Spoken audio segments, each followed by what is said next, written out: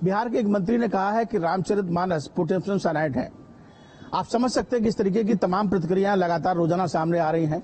विपक्ष लगातार सनातन को लेकर हमला कर रहा है, लेकिन जनता क्या कुछ सोचती है ऐसे लोगों के लिए, ये जानने के लिए हम जनता से सीधे बात करते हैं और इन लोगों से जानेंगे कि सनातन पर कटाक्ष करना कितना सही है और कितना गलत है। पहली बार हमलावर नहीं है।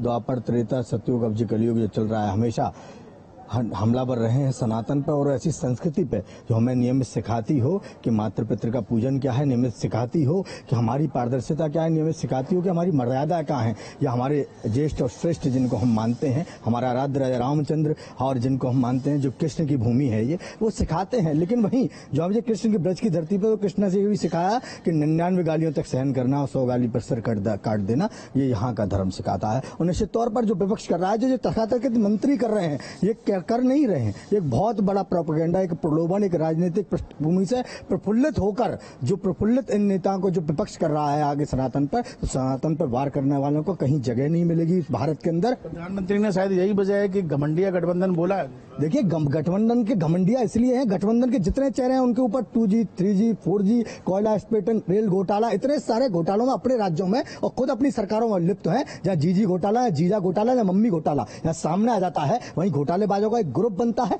और आज घोटाले वालों का ग्रुप के साथ वो एक ऐसे व्यक्ति का सामना करने जा रहे हैं जो सनातन के प्रमुख विरोधी हैं। तो निश्चित तौर पर मानिए कि उनकी हार होना निश्चित। धर्म पर राजनीति कितना उचित? धर्म पर राजनीति उचित होना, अनुचित होना, मैं उसी की बात कर रहा हूँ। महाभारत में भी कहा था श्री कृष्ण ने कि यदा यदा ही धर्मस्य ग्लानिर्भवति भारत अभ्युत्थानम धर्मस्य तदात्मानं सृजाम्यहम् पवित्राणाय साधूनाय विनाशाय चतुष्टयम् धर्म संस्थापनाय संभवामि युगे युगे। आज वही युग है, ये धर्म के आताई लोग हैं और इनको दमन करने के लिए, इनका पतन करने के लिए अगर किसी ने जन्म लिया है तो नरेंद्र दामोदर दास मोदी ने और योगी आदित्यनाथ ने जन्म लिया। निश्चित तौर पर ये भारत की जनता तय कर चुकी है, धर्म पर आघात करेगा, उस पर जनता आघात करेगी। सर, चर्चा हो रही है सनातन धर्म पर, सनातन की बात हो रही है, रामचरितमानस को भी लेकर एक बिहार के मंत्री ने क्या कुछ कहेंगे? मेरा मानना यह है कि राजनीति में किसी भी धर्म को लाना आवश्यक नहीं है, क्योंकि राजनीति में धर्म का क्या वो है, मतलब धर्म से कोई हमारा लेना देना नहीं। राजनीति अलग चीज है, धर्म अलग चीज है। ऐसे लोग ये काम कर रहे हैं, उनके खिलाफ कार्रवाई होनी चाहिए। जो ऐसे हरकतें करते हैं उनके खिलाफ कार्रवाई होनी चाहिए, यही मेरा उपदेश है। सर, आप क्या लगता है, कई सारी पीढ़ियां आपने देखी होंगी, कई राजनेता देखे होंगे, इस तरीके की जो अब राजनीति होने लगी, इसमें ऐसा महसूस होता है कि जो लोग भी सनातन धर्म के विपक्ष में बोल रहे हैं या उनके अगेंस्ट बोल रहे हैं, इसका मतलब उन्होंने सनातन धर्म की इतिहास नहीं पढ़ा, उसके बारे में जानकारी नहीं है, इसलिए कर रहे हैं। वो अपना पतन तो कर ही रहे हैं, देश का पतन कर रहे हैं, आने वाली पीढ़ियों का पतन कर रहे हैं वो। और ये बहुत जरूरी है कि उनको यहाँ रोका जाए। अगर नहीं रोका गया तो देश में बहुत अराजकता होगी और वो लोग दूसरे देशों के हाथों में खेल रहे हैं, दूसरी शक्तियों के हाथों में खेल रहे हैं। जाहिर सी बात है, जिन ग्रंथों को हम पढ़कर बड़े हुए उन्हीं पर आप सवाल खड़े कर रहे हैं। उन्हीं पे सवाल खड़े कर रहे हैं और जिसमें हमारा लाखों वर्षों का इतिहास जिसके ऊपर आधारित है और सारा देश चल रहा है हमारा। आप बताइए, आप युवा हैं, क्या कुछ कहना चाहेंगे सबको लेकर? देखते होंगे आप आजकल की राजनीति को। मैं विपक्ष का बहुत बड़ा एहसानमंद हूँ, जो विपक्ष बार बार सनातन को लेके, हिंदुओं को लेके इस तरीके की बातों को करके सनातन को जो दबाने की कोशिश कर रहा है। इससे केवल भारतवर्ष का और सभी हिंदू भाई बहनों का भलाई होना है, क्योंकि आज से पहले 2014 से पहले केवल यहाँ एक आक्रांताओं की पृष्ठभूमि पे वही लोग राज करते आ रहे थे। जो उनका मन करता था उस तरीके से वो राजनीति करते थे। उनका मन किया घोटाला, उनका मन किया राजा, उनका मन किया जनता को कुछ भी करना। तो ये जो कर रहे हैं वो कहीं ना कहीं फायदे में आपको ऐसा लगता है? बिल्कुल, तो बिल्कुल फायदे में है। वो जितना खरीदते हैं उतने हमारे को जानकारी मिलती है और उनको भी उनको जवाब मिलता है। तो हमारी नजर में जो ये कर रहे हैं बहुत अच्छा काम कर रहे हैं, जिससे हमारे को जानकारी मिली है कि हमारा इतिहास कितना पुराना है। तो हम तो यही कहेंगे कि किसी भी धर्म पे और किसी के ऊपर भी टिप्पणी ना करें, क्योंकि वो भी किसी न किसी धर्म पे और किसी न कहीं बिलोंग करते हैं उससे। और जाहिर सी बात है, लेकिन तमाम देख रहे हैं गठबंधन की तमाम सारी चीजें हैं और रोजाना किसी न किसी व्यक्ति के द्वारा, चाहे रामचरितमानस हो, सनातन धर्म पर तमाम तरीके के कटाक्ष किए जा रहे हैं। आप बताइए, आपने सुने भी होंगे, पढ़े भी होंगे, आप क्या कहेंगे इस बारे में? बस ये राजनीति है और कुछ नहीं है, और हिंदुओं के ऐसी बातें करना अच्छा नहीं है। हम लोग सब एक ही हैं और एक ही रहेंगे। सनातन तो हमेशा है और हमेशा चलता आ रहा है युगों से, बस यही कहना चाहिए। देखिए, सनातन तो सभी जानते हैं कि युगों युगों पुराना है और जो हमारी संस्कृति आज के जो पीढ़ी है उसे भी इसके बारे में जानकारी होती जा रही, जो नहीं थी, अवेयरनेस नहीं थी बच्चों में भी, और वो आजकल बहुत जागरूक हो गए इस चीज के लिए कि सनातन धर्म हमारा जो अभी तक जो कटाक्ष चल रहे हैं, विपक्ष तरह तरह की बातें करता है, तो हमारे जो नए बच्चे हैं, नई पीढ़ियां, उनको भी इसके लिए बहुत लगाव होता जा रहा है और उसके लिए वो कर्मठ होते जा रहे हैं कि हम ठीक है। लेकिन विपक्ष को क्या हो गया? तमाम बड़े दिग्गज नेता हैं, इस तरीके की बातें विपक्ष तो हर एक जो सीट के पीछे होता है वो दूसरे की टांग खींचने की हमेशा कोशिश करता है, और ये धर्म के नाम पे ही हमेशा लड़ाया गया है शुरू से ही, और आज भी वही चल रहा है। लेकिन इस समय सनातनी हमारे बिल्कुल मजबूत हैं, उनको जानकारी होती जा रही है और सब एक है और आगे उसका जवाब देंगे ही। बिल्कुल। और देखिए कुछ एक अंकल और खड़े हैं, आप बताइए सर क्या कुछ कहेंगे मुद्दे को लेकर? कि जो ये कटाक्ष मंत्री लोग कर रहे हैं और इस तरह की बातें कर रहे हैं, वो बहुत गलत काम कर रहे हैं, क्योंकि सनातन धर्म हमारा बहुत पुराना, वो कहते हैं धर्म है ही नहीं, हम इसको कैसे लें?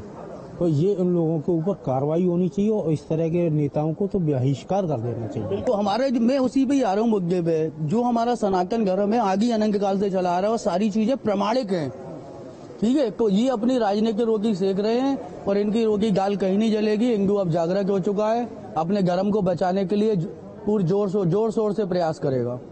जैसी ऐसा नहीं लग रहा आपको कि गठबंधन ने सोच लिया कि आस्थाओं को चोट पहुंचाओ? गठबंधन का तो सोचना ही यही है, शुरू से उनका प्रोपेगेंडा यही रहा है कि हिंदुओं को बांटो फिर राजनीति करो, शुरू से। चाहे कभी भी देख लीजिए 93 के दंगों में, तो भी उन्होंने यही करवाया, हिंदू मुस्लिम, और नाम रख दिया बीजेपी पे या उन पे रख दिया। उनका प्रोपेगेंडा ही यही है सारा, और जब तक बांटेंगे नहीं, जब तक ये जीत नहीं पाएंगे। तो इसलिए ये धर्म पे राजनीति नहीं होनी चाहिए। आखिरी सवाल और ले लेते हैं आपसे, अच्छा बोल लेते हैं आप। ये बताइए कि एक आपको ऐसा नहीं लग रहा है गठबंधन ने सोच के बैठा है कि साहब आस्थाओं को चोट पहुंचाओ और राजनीति चमकाओ अपने कुछ इस तरीके से अपना दिमाग? हमेशा असत्य यही सोचता है कि वो सत्य पर विजय पा लेगा और निरंतर भरसक प्रयास भी करते हैं। और नियमित मानिएगा, सत्य परेशान हो सकता है लेकिन पराजित नहीं हो सकता। और ये लोग जितना भी ठगबंधन और जितना सनातन पर वार करेंगे, आप निश्चित मानिएगा। एक वो कहावत है ना कि 100 सुनार की और एक लोहार की। जब एक लोहार ये सनातनी हिंदू समाज और इस सनातनी व्यक्तित्व जब वार करेगा ना इन पे, तो निश्चित तौर पर जो अपनी राजनीतिक जमीन खो चुके हैं, ये अपनी रहने खाने और करने की जमीन भी खोने का काम इसी सनातन के प्रहार करने पर ही कर देंगे। बिल्कुल। और देखिए तमाम जनता से हमने बातचीत की और एक तथ्य निकल कर आ रहा है, सामने निकल कर आ रहा है कि सत्य परेशान हो सकता है, पराजित नहीं हो सकता है। और 2024 इनको बता देगा कि जिस तरीके से हमला कर रहे हैं सनातन धर्म पर, लगातार कटाक्ष कर रहे हैं रामचरितमानस पर, तो यही सब इनके कितना विरोध जनता या जनता किसके साथ देती है, वो आने वाले समय इलेक्शन के दौरान ये पता चल जाएगा कि जनता किसके साथ है।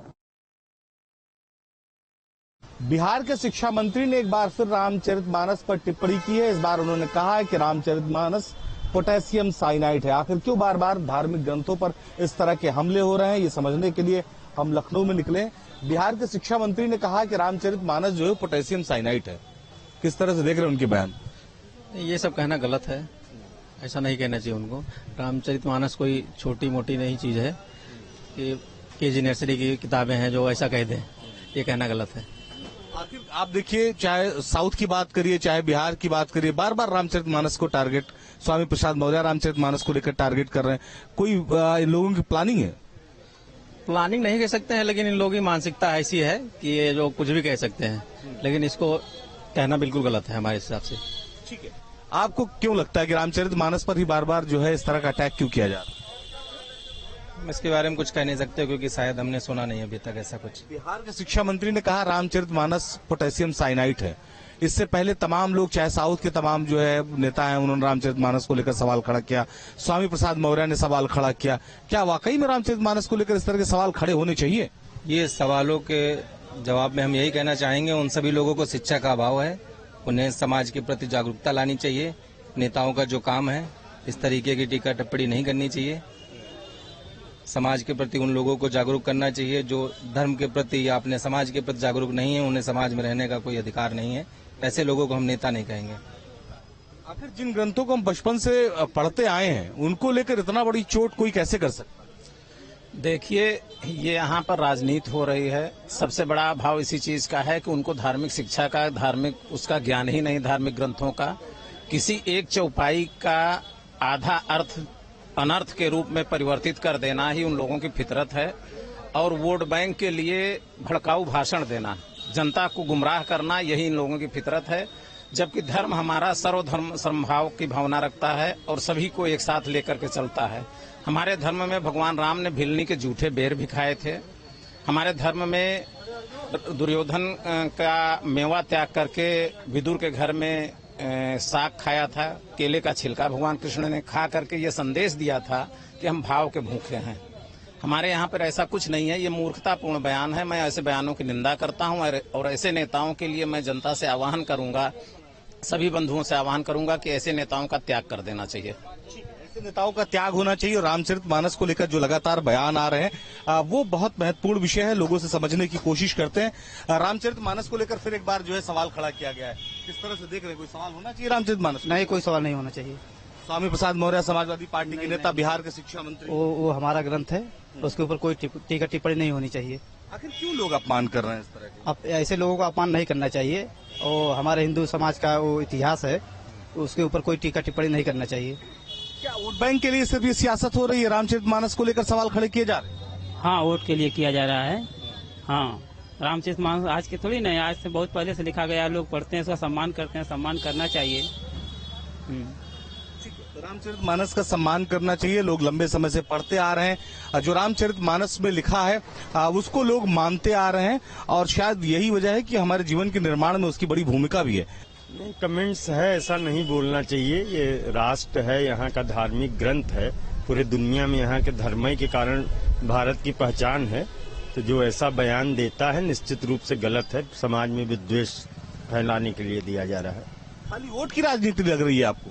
बिल्कुल, वोट की राजनीति, वोट से ज्यादा जो है कहीं न कहीं सामाजिक सद्भाव भी बिगाड़ने का ये खेल हो रहा है।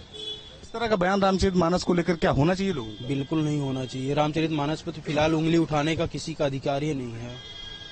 समाजवादी पार्टी के नेता स्वामी प्रसाद मौर्य भी लगातार उठाते रहे, अब बिहार के शिक्षा मंत्री, वोट की राजनीति। देखिए, स्वामी प्रसाद मौर्य का कोई मतलब नहीं है। ये सब दल बदलू नेता हैं, मौका परस्त हैं।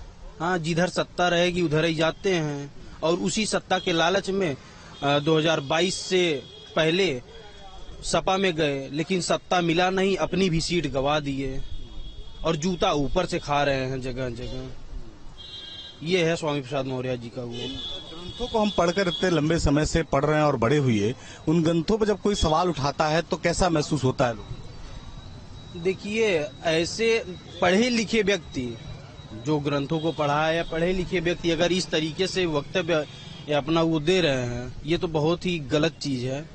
ये हिंदू समाज के लिए शर्मनाक बात है। जवाब मिलेगा, जनता जवाब देगी।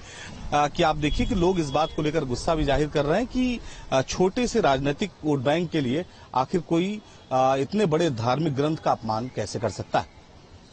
लखनऊ से उड़न सफर हसन के साथ निखिल शर्मा, न्यूज़ स्टेट उत्तर प्रदेश।